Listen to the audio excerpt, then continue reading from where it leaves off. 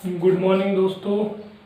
ये हमने आज 9th-10th का जो आगामी वर्ष का सिलेबस है तो उसको स्टार्ट किया है और आज हम संख्याओं के बारे में जानेंगे। तो सबसे पहले हम शुरुआत करेंगे संख्या रेखा।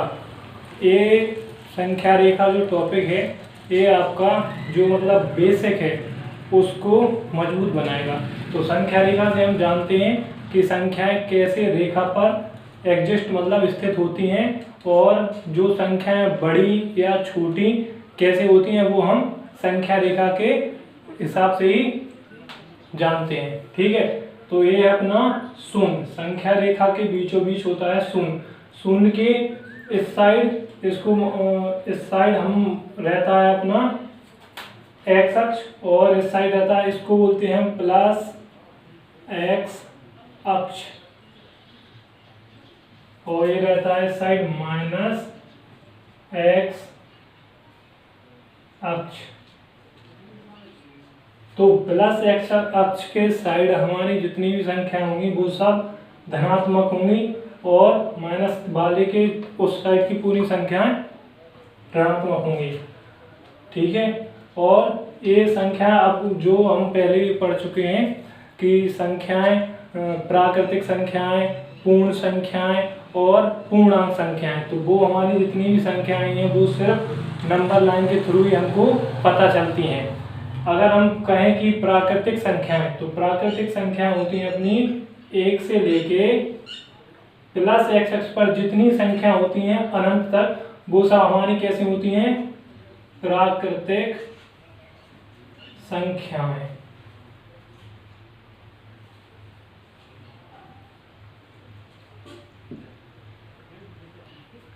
ठीक है, जो हमें प्रकृति से प्राप्त हुई हैं। क्योंकि जब हमारे पास व्यक्ति ने संख्याएं सोची होंगी तो किसी ने माइनस में तो सोचा नहीं होगा। सब व्यक्ति मतलब जिनने भी सोचा होगा तो उनकी शुरुआत हुई थी +1 +2 +3 और ऐसे अनंत तक संख्याएं थी।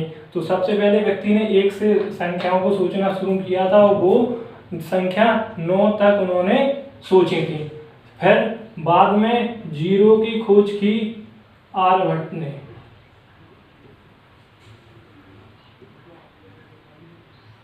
आर्यभट्ट जी ने की 0 की खोज, और 0 की खोज होते हुए ही हमारी जो संख्याएं वो कैसी हुई?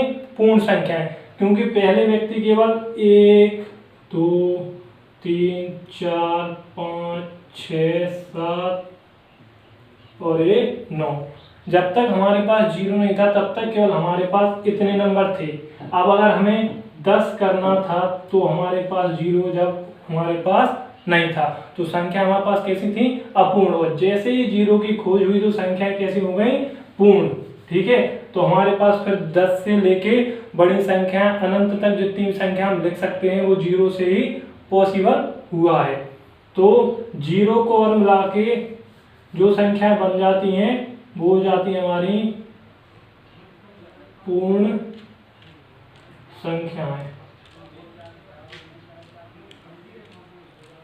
यानी प्राकृतिक जो संख्याएं वो हमारी होती हैं 1 से शुरू और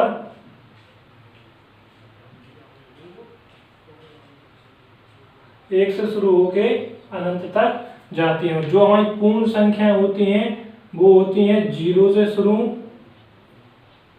और वो अनंत तक जाती हैं।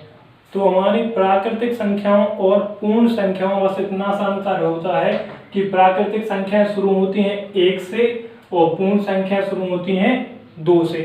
इतनी बात आपको क्लियर होनी चाहिए, इसमें कुछ ज्यादा और बताने लायक है नहीं। प्राकृतिक संख्या शुरू होती है 1 से और पूर्ण संख्या शुरू होती है 0 से। अगर हम 0 हटा दें तो संख्याएं प्राकृतिक हैं और 0 मिला दें तो संख्याएं पूर्ण संख्या हैं।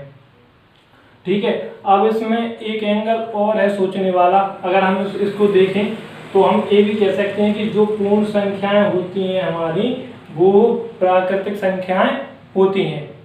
ठीक है, क्योंकि पूर्ण संख्याओं में पूर्ण संख्याएं जो हमारी हैं उनमें प्राकृतिक संख्याएं भी हैं। तो हम कह सकते हैं पूर्ण संख्याएं हमारी कितनी? प्राकृतिक संख्याएं होती हैं। ठीक है, और तो देखो अगर हम यहाँ कहें तो प्राकृतिक संख्याएं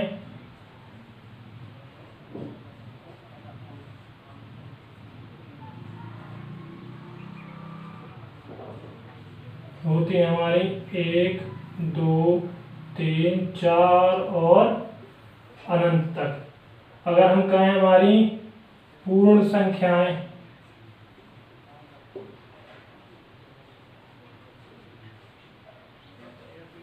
तो वो होती हैं 0, 1, 2, 3, 4 और ऐसे ही अनंत तक। अब रह गई हमारे पास क्या, पूर्णांक संख्याएं।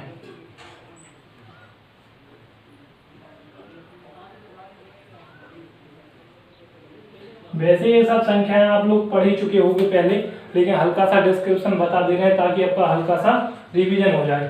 पूर्णांक संख्याएं, अब हमारे पास देखो प्राकृतिक संख्या हो चुकी हैं, पूर्ण संख्या हो चुकी हैं, अब हमें पढ़ना है पूर्णांक संख्याएं। तो अगर हम देखें तो वैसे आगे चल के हम क्वेश्चन पढ़ेंगे, ऐसे क्वेश्चन आते हैं किसी पूर्णांक संख्या को किसी संख्या से गुणा किया जाता है तो फिर उसका एक कोई आंसर निकालने को दिया जाता है। तो वो पूर्णांक संख्याएं देखनी है हमें कि पूर्णांक संख्याएं है क्या। अब ये -1, -2, -3 और -4 ये भी संख्याएं हैं, ठीक है, ये भी संख्याएं हैं। तो अगर हम ये मैं हटा दे रहा हूं, जब आप इसको नोट करें तो वीडियो रोक कर फिर इसको आराम से नोट कीजिएगा। तो पूर्णांक संख्या बस इतनी सी है कि अगर हम इसमें इनको सब संख्याओं को मिला दें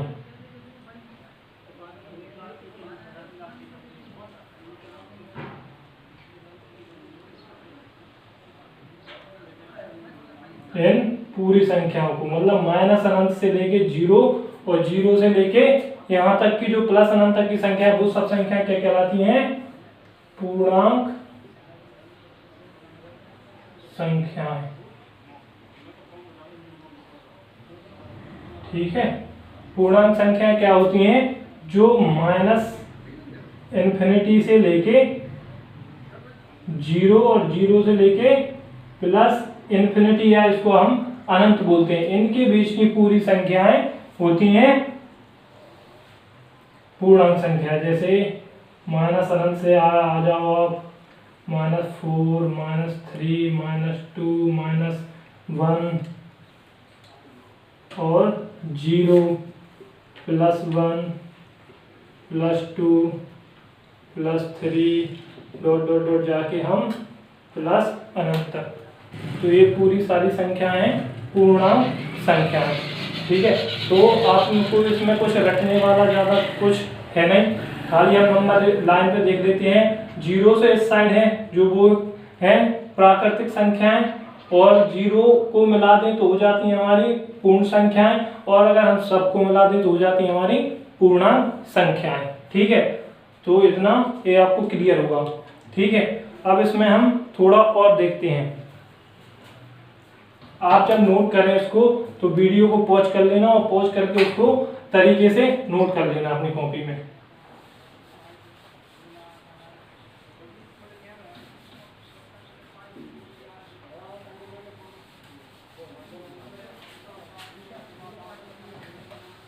ये संख्या जानना इसलिए जरूरी है क्योंकि हमारे जो 9th और 10th के कुछ क्वेश्चन है, 9th में अधिकतर क्वेश्चन है वो जो है तो नंबर लाइन के अच्छे खासे क्वेश्चन दिए हैं उसमें।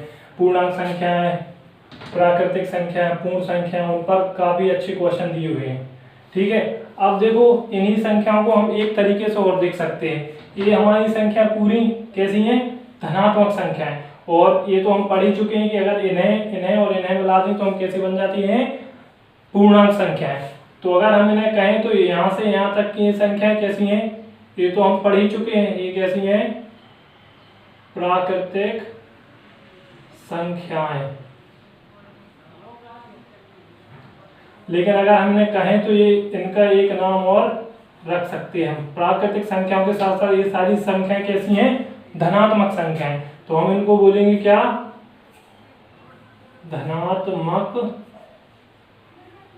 पूर्णांक, धनात्मक पूर्णांक। और इनको हम क्या कह सकते हैं, इनको हम बोल सकते हैं ऋणात्मक पूर्णांक। ठीक है, जीरो से उस साइड वाली पूरी ऋणात्मक पूर्णांक है, जीरो से इस साइड वाले सब है धनात्मक पूर्णांक। और जीरो हमारा जो है वो ना ही धनात्मक है और ना ही ऋणात्मक है, एक ऐसा है शून्य, शून्य पूर्णांक बोलते हैं उसे। उसका रीजन ये है क्योंकि अगर हम मान लो एक एग्जांपल ले लेते हैं, अगर हमने 4 में किसी को जीरो को जोड़ दिया तो ये क्या बनेगा 4। ठीक है, अगर हमने 4 में जीरो को जोड़ दिया तो ये बन गया 4। तो अभी इसके जीरो की प्रकृति कैसी है, प्लस वाली है। अगर हमने यहाँ से जीरो में से 4 घटा दिया, ठीक है, तो यहाँ आंसर क्या आया -4। ठीक है, तो देखो अभी हमने 4 में जीरो को जोड़ा तो 4 हुआ, और 4 में जीरो में से 4 को हटाया तो -4। यानी ये दोनों टाइप की प्रकृति बताता है, धनात्मक भी और ऋणात्मक भी।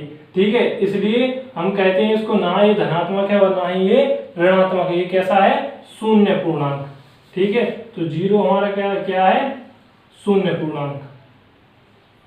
एक बात और है, ये आपको क्लियर होना चाहिए, इसमें कुछ ज्यादा रटने वाली या मतलब कोई बहुत ज्यादा टफ बात नहीं है, छोटी छोटी बातें हैं और बहुत बेसिक बातें हैं। क्योंकि कोई भी मतलब अपन बड़ी इमारत बनाए तो उसकी नींव जितनी ज्यादा मजबूत होगी, इमारत उतनी ही ज्यादा मजबूती से खड़ी रहती है। तो ये हमारी क्या है नींव है। धीरे धीरे हम इन संख्याओं को सीखेंगे और उन पे आगे बढ़ेंगे।